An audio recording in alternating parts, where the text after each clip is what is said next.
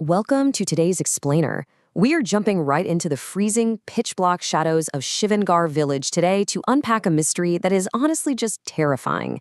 It completely blends local folklore, serious psychological horror, and this really intense test of a family's sheer will to survive. We're going to map out the geography of the Dahkan Van, a forest that doesn't just hide secrets, you guys. It actively hunts anyone brave enough, or maybe desperate enough, to walk its paths. Now, I want you to think about this for a second, because it's a question that just chills you right to the bone. If you walk through the Dahkan forest on a new moon night, sure, you might survive, but what exactly are you going to leave behind? Keep that in the back of your mind as we go through this, because in this story, survival isn't just about physically getting from point A to point B. It taps into our absolute deepest fears. We're talking about the horrific toll this kind of journey exacts on your very soul. All right, so let's set the scene here. Picture this. It's the new moon night, Amavasya, right in the middle of the bitter, freezing winter month of Paush. The wind is literally howling like a wild animal, trying to rip the roofs off the village huts. And inside this small, dark home on the very edge of the village, a man named Vishal is sitting next to his wife, Savitri.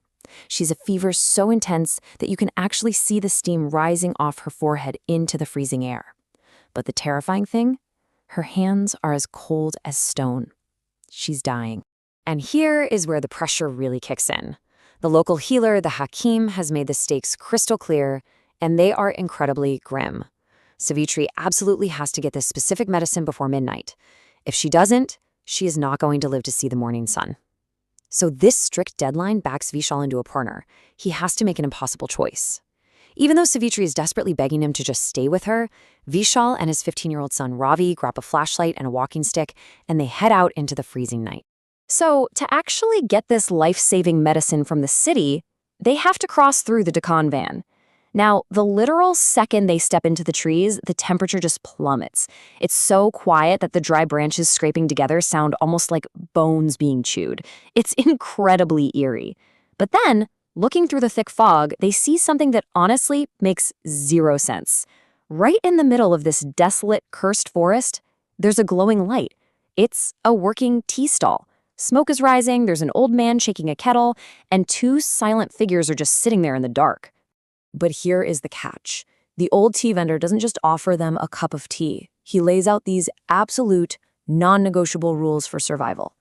He looks right at them and says, the forest is awake tonight. If they want to make it across alive, they have to follow these steps. Do not stop at the lights, and, this is the big one, if you hear a familiar voice calling out to you, do not answer it. Period. It's an illusion trying to steal your life. Vishal, naturally thinking these guys are just weirdos trying to scare them so they can rob them, refuses the tea, grabs Ravi, and pushes forward. You know, there's this chilling local saying that totally, perfectly captures what they're walking into. The forest doesn't give a path to night. It swallows travelers. I mean, just let that sink in. This isn't just a spooky backdrop for a story. The Dahkan Van is practically a living, breathing entity, and it feeds on the desperate people who happen to wander into it. Okay, so as they push deeper into the trees, the faint moonlight just vanishes completely. It is pitch black. And this is where the psychological horror really ramps up. Out of nowhere, the dead silence of the forest is shattered by this soft, weeping voice coming from right behind them. "Babu, I'm cold," the voice says. And you guys, it is the exact voice of Ishoni, Robbie's little sister, the sister who was left completely safe and locked inside their home miles away. Ravi just freezes. He's totally paralyzed. He even feels a physical tug on his shirt. The urge to just turn around and look is overwhelming. What they are dealing with here is called a chalawa. Basically, it's this predatory supernatural entity that weaponizes your love and your memories against you.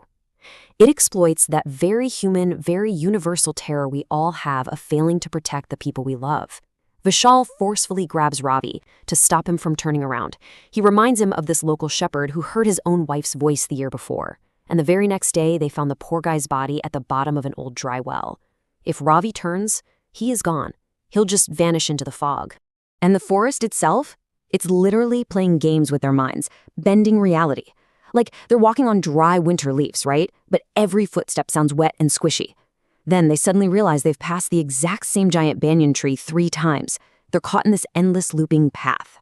At one point, Vishal gets so frustrated he actually strikes a tree with his axe just to leave a mark. But instead of hearing wood splintering, the tree lets out this painful, almost human groan. I mean, no way. That's nightmare fuel. Fueled by just pure, unadulterated adrenaline and sheer terror, they blindly run for 3 solid hours until the forest finally, mercifully spits them out on the other side. They make it to the edge of the city, and all the street dogs are just going crazy, howling wildly at them, or more likely at the unseen things that followed them out of the woods. They manage to find a half-open pharmacy. The pharmacist takes one look at them and is just shocked. Actually, terrified is probably a better word. When Vishal explains they just came through the Dahkan and complains about those creepy old men at the tea stall, the pharmacist's face just goes completely pale. And this is where the pharmacist just drops a massive bombshell on them, totally flipping their whole experience upside down. He looks at them and says, "You didn't see humans, you saw spirits. There is no tea stall on that path to Shivangar. None." Get this, that tea stall they stopped at, it actually burned to the ground 10 years ago. We're talking a full decade. Everyone inside was tragically burned alive. And for 10 years, those restless spirits have been sitting in that fog on every single Amavasya night testing travelers. If you turn back, you get to live. But if you ignore them and push forward, the forest steals your shadow. And the most gut-wrenching part of all this, the pharmacist tells them the alternate, safe road back is completely washed out by recent floods. So Vishal and Ravi, who now finally have the life-saving medicine in their pockets, have absolutely no choice. They have to walk right back into the exact same nightmare. So imagine the sheer dread as they force themselves back into the tree line. And right away, the vibe has totally changed. The freezing winter wind, gone. It's been completely replaced by this thick, suffocating stench of burning flesh. As they wade through the fog, the glowing light of the tea stall appears again. But this time, it's dead silent. Those figures aren't making tea anymore.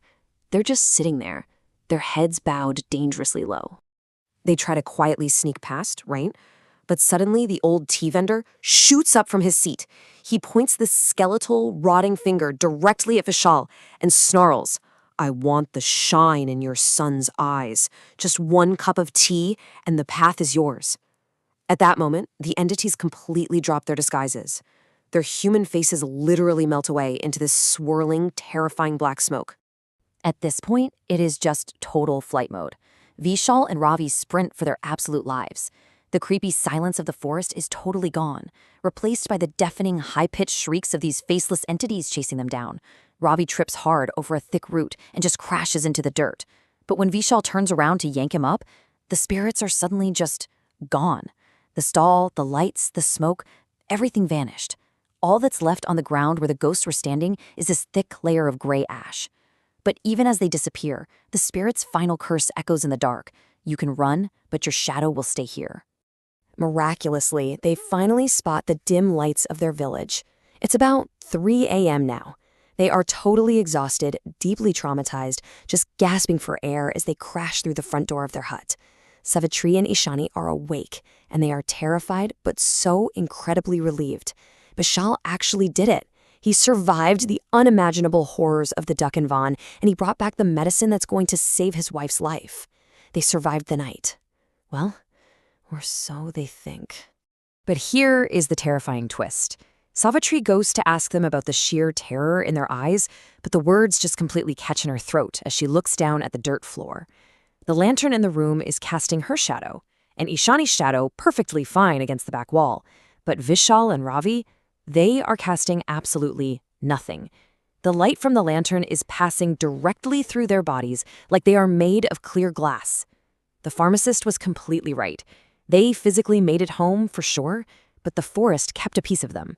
They aren't entirely human anymore. And right at that exact moment, while they're all just frozen, staring at the floor where their shadows should be, a heavy, loud knock echoes on the wooden front door.